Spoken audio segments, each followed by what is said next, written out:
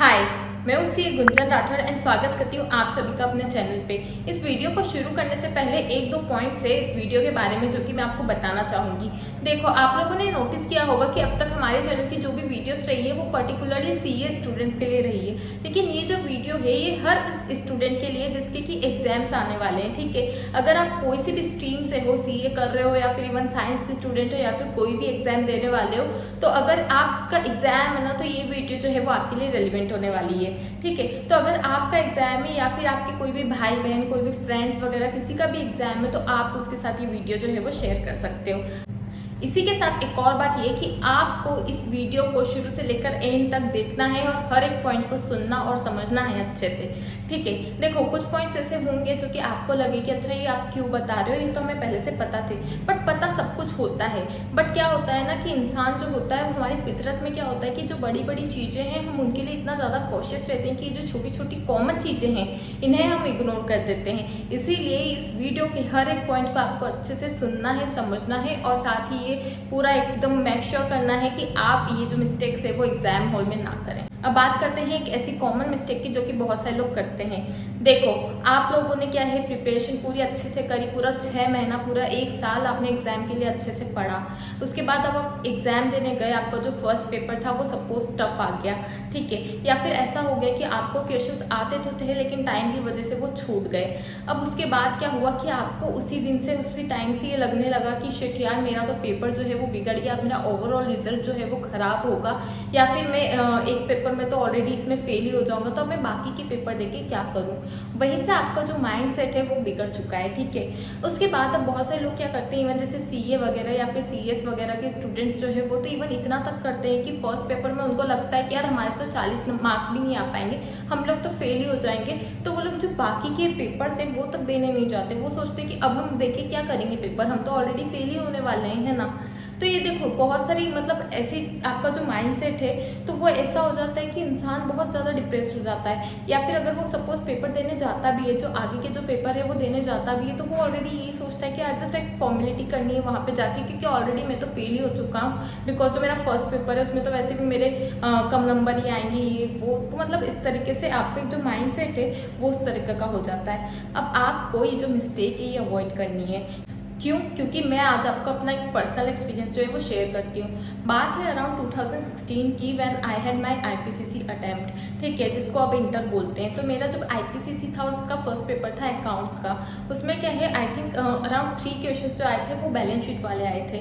और उसमें सरप्राइजिंगली ऐसा हुआ कि मेरी एक भी जो बैलेंस शीट है वो टैली नहीं हो पाई। ठीक है, मतलब कि टैली होना मतलब कि एसेट इक्वल्स टू लायबिलिटी होना चाहिए, जो कि मतलब कॉमर्स बैकग्राउंड के नहीं है उनके लिए मैं बता रही हूँ कि बैलेंस शीट टैली होना मतलब कि जो दोनों साइड्स होती है एसेट एंड लायबिलिटीज की, वो जो दोनों है वो इक्वल होनी चाहिए। तो मैंने कुछ कैलकुलेशन कुछ ऐसा कर दिया कि मेरे 3 बैलेंस शीट के क्वेश्चन थे और तीनों ही जो बैलेंस शीट है वो टैली नहीं हो पाई।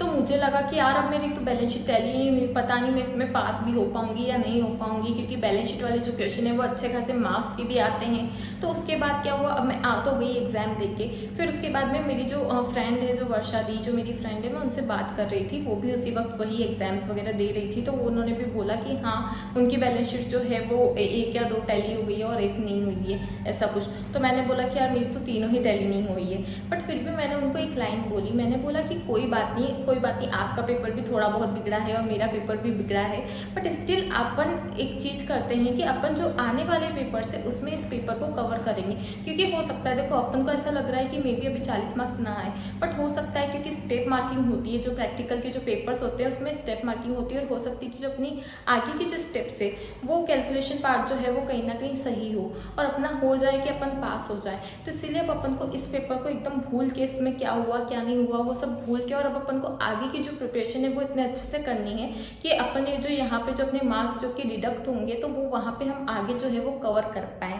क्योंकि एग्रीगेट बनाने के लिए क्या होता है, ऑलमोस्ट 50% चाहिए होता है। तो पता था कि अब ये वाला पेपर तो है वो कहीं ना कहीं थोड़ा सा कम मार्क्स ही आएंगे, बट और ऐसा लग रहा था पता नहीं पास भी होंगे या नहीं होंगे, बट स्टिल मैंने ये भरोसा रखा कि नहीं, इस बारे में नहीं सोचना है, पास होंगे फेल होंगे जो भी होगा देखा जाएगा, बट अब जो आगे है उस पर इस चीज़ का इम्पैक्ट नहीं आने देना है। अब क्या होता कि ये सब थी माइंडसेट की बात। सपोज अगर उस दिन मैं थोड़ा सा डिप्रेस हो जाती कि नहीं यार मैं तो फेल होने वाली हूँ, तो उससे क्या होता कि मेरे जो आगे के पेपर्स है ना उसमें भी मैं इतने अच्छे से अपना बेस्ट नहीं दे पाती। बट मैंने अपना माइंडसेट रखा कि अच्छा कोई बात नहीं ना, अच्छा पेपर नहीं गया अकाउंट्स का क्या हो गया, आगे के जो आने वाले 3 पेपर है उनको मुझे इतना जोरदार देना है तो और ज़्यादा इतने अच्छे से कि मैंने जो यहाँ पे जो मार्क्स हुए हैं वो मैं आगे आने वाले पेपर्स में कवर कर लूँ। और हुआ भी ऐसा ही। देखो मैंने पॉजिटिव माइंडसेट रखा तो उसके बाद क्या हुआ कि मेरे अकाउंट्स में स्टेट मार्किंग वगैरह वो सब हो गया, और मुझे चाहिए तो वैसे पास होने के लिए 14 नंबर थे, बट मेरी 48 मार्क्स आए, जो कि आई थिंक अच्छे खासे हैं। सीए के जो स्टूडेंट्स हैं वो तो जानते हैं कि 48 आना भी कितनी बड़ी बात होती है, मतलब क्योंकि 40 लाने के लिए भी लोग तरस जाते हैं। तो मेरे अकाउंट्स में जो है वो 48 मार्क्स आए। तो देखो क्या होता है कि आपका फर्स्ट पेपर कैसा भी जाए आपको उसको भूल के आगे बढ़ना है, ठीक है। आपको ये मिस्टेक नहीं करनी है कि आप जो है वो नेगेटिव माइंडसेट ले आओ आपके फर्स्ट पेपर की वजह से। अब बात करते हैं सेकंड कॉमन मिस्टेक की। देखो हम सब जानते हैं कि एग्जाम में पेपर टाइम पे फिनिश करना कितना बड़ा टास्क होता है। बहुत सारे लोगों के साथ ऐसा होता है कि उन्हें आता हुआ भी छूट जाता है। इवन मेरे केस में देखा जाए तो मेरी स्पीड जो है वो हमेशा से थोड़ी सी स्लो रहती थी, और मेरे भी काफ़ी सारे पेपर्स में ऐसा हुआ अलग अलग लेवल पे, लाइक 12th में भी हुआ, 10th में भी हुआ, फिर उसके बाद सीए में भी हर एक लेवल पे मेरा कोई ना कोई पेपर है वो छूटता ही था। फिर क्या हुआ कि ओवर द टाइम मुझे मेरे फ्रेंड्स से या फिर अलग अलग वीडियो से कुछ ऐसी बातें पता चली जिससे कि जो अनवांटेड जो फालतू का टाइम वेस्ट होता था वो काफ़ी हद तक सेव हो सकता था। तो वो क्या बातें थी, देखो फर्स्ट बात जो है वो आपको क्या है कि एकदम बहुत सारे लोगों का ऐसा मेंटेलिटी होता है कि हमें तो एकदम न्यू पेन है वही इस्तेमाल करना है हमारे एग्जाम में। तो अगर आप ऐसा करते हैं तो आप प्लीज़ एक चीज़ करिएगा कि उन पेन को जो है वो आप थोड़ा सा चला के देख लीजिएगा, ठीक है। मतलब कि आपको एटलीस्ट वो 1 या 2 दिन पहले यूज़ में करे हुए होने चाहिए। देखो आपने एक चीज़ नोटिस करी होगी कि जो न्यू पेन होते हैं ना वो थोड़ी देर के लिए काफ़ी हैवी से चलते हैं, ठीक है। मतलब क्या होता है कि हमें उन पेन्स की हैबिट भी नहीं होती, और फिर हम एकदम वो जो पूरे सील पैक होते हैं हम उन्हें ओपन करते हैं, और उसके बाद फिर हम जब उन्हें यूज़ करते हैं तो शुरू के 10-15 मिनट वो थोड़ी सी स्पीड जो है हमारी रिड्यूस ही रहती है। ऐसा देखो हर पेन में हो ज़रूरी नहीं है, बट ज़्यादातर होता है, ठीक है। मैंने भी चीज़ 1-2 बार नोटिस करी थी, इसीलिए फिर मैंने क्या किया कि जो भी पेन में यूज़ करने वाली होती थी ऑलरेडी मैं उनको अलग से निकाल देती थी कि सपोज 4-5 पेन है ये मुझे अपने एग्जाम हॉल में ले जाने हैं, और उन पेन को मैं जो है पहले 1-2 दिन पहले ही सबको थोड़ा थोड़ा लिख के देख लेती थी उन पेन से, ताकि क्या हो कि मेरे को वो अच्छे से जो है वो पेन अच्छे से बाद में स्मूथ चले। तो आपको इस चीज़ का ध्यान रखना है। अब जो दूसरी चीज़ जो है वो है कि प्रैक्टिकल जो पेपर होते हैं ना आपके, तो उसमें बहुत सारे लोग क्या करते हैं कि हर एक जो भी सॉल्यूशन वो कर रहे हैं तो साथ साथ ही वो उसमें बाकायदा स्केल लेके लाइन खींचने बैठ गए, या फिर क्या होता है कि हर एक चीज़ जो है जो कि वो शॉर्ट फॉर्म में भी लिख सकते हैं तो उसमें भी क्या है वो पूरा फुल फॉर्म लिखने लग गए। अब देखो सीए लेवल पे मेन क्या होता है कि जैसे अगर बात करूँ फाइनल में जैसे एक शेयर बेस्ड पेमेंट जो टर्म है उसमें आप एसवीपी लिखोगे तो भी चलेगा, ठीक है। डेप्रिसिएशन को अगर पूरा ना लिख के और डीईपीएन शॉर्ट फॉर्म में लिखोगे तो भी चलेगा, मतलब आपके मार्क्स नहीं कटने वाले। ये सिर्फ मैं अभी थोड़ा सा सीए के लिए बता रही हूँ क्योंकि इस चीज़ में मैंने खुद ने भी शॉर्ट फॉर्म यूज़ करे हैं, ठीक है। और नहीं कटते मार्क्स। मैंने काफ़ी सारी सर्टिफाइड कॉपीज देखी, मैंने अपनी भी कॉपी देखी।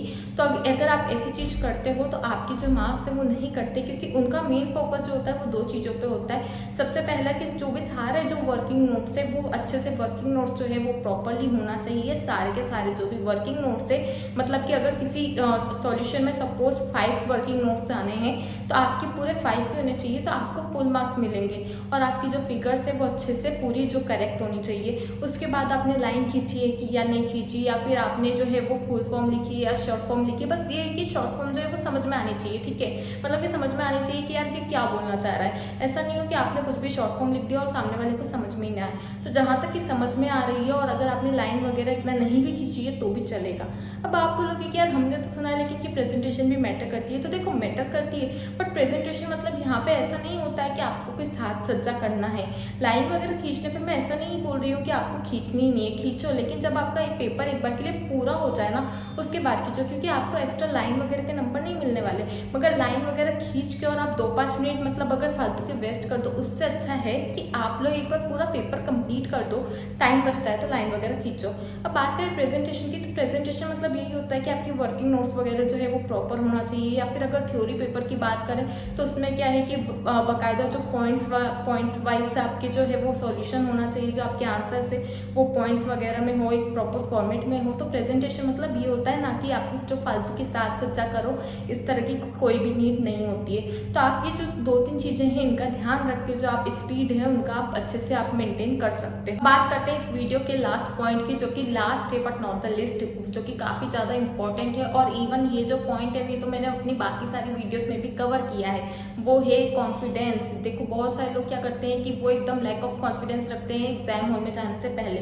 सपोज आपने देखा होगा कि आपका जो फर्स्ट पेपर है, लोग एकदम ऐसे रहते हैं कि अरे यार कैसा पेपर आएगा, क्या होगा, ये वो, इस तरीके के बहुत सारे जो थॉट्स रहते हैं उन्हीं में वो इतना ऑक्यूपाइड रहते हैं कि उनके फेस से ही दिखता है कि वो एकदम पैनिक मोड में है। होता है ना ऐसा, बहुत सारे आपके फ्रेंड्स आपने देखे होंगे कि एकदम वो बहुत ज़्यादा नर्वस लगते हैं आपको। इवन ऐसा होता है कि उनसे मिलके तो वो आपको भी मतलब नर्वस कर देंगे अपनी बातों से, ऐसा होता है। मैं अगर अपना केस बताऊं तो ये बात है 2015 की, when I was appearing for CPT paper. अब अभी जो फाउंडेशन है उससे पहले सीपीटी बोला जाता था, और अभी तो 4 अलग अलग दिन अलग अलग पेपर होते हैं। पहले एक ही दिन सीपीटी हुआ करता था, ठीक है, चारों पेपर एक ही दिन हुआ करते थे। आई थिंक बहुत सारे लोगों को ये याद भी होगा।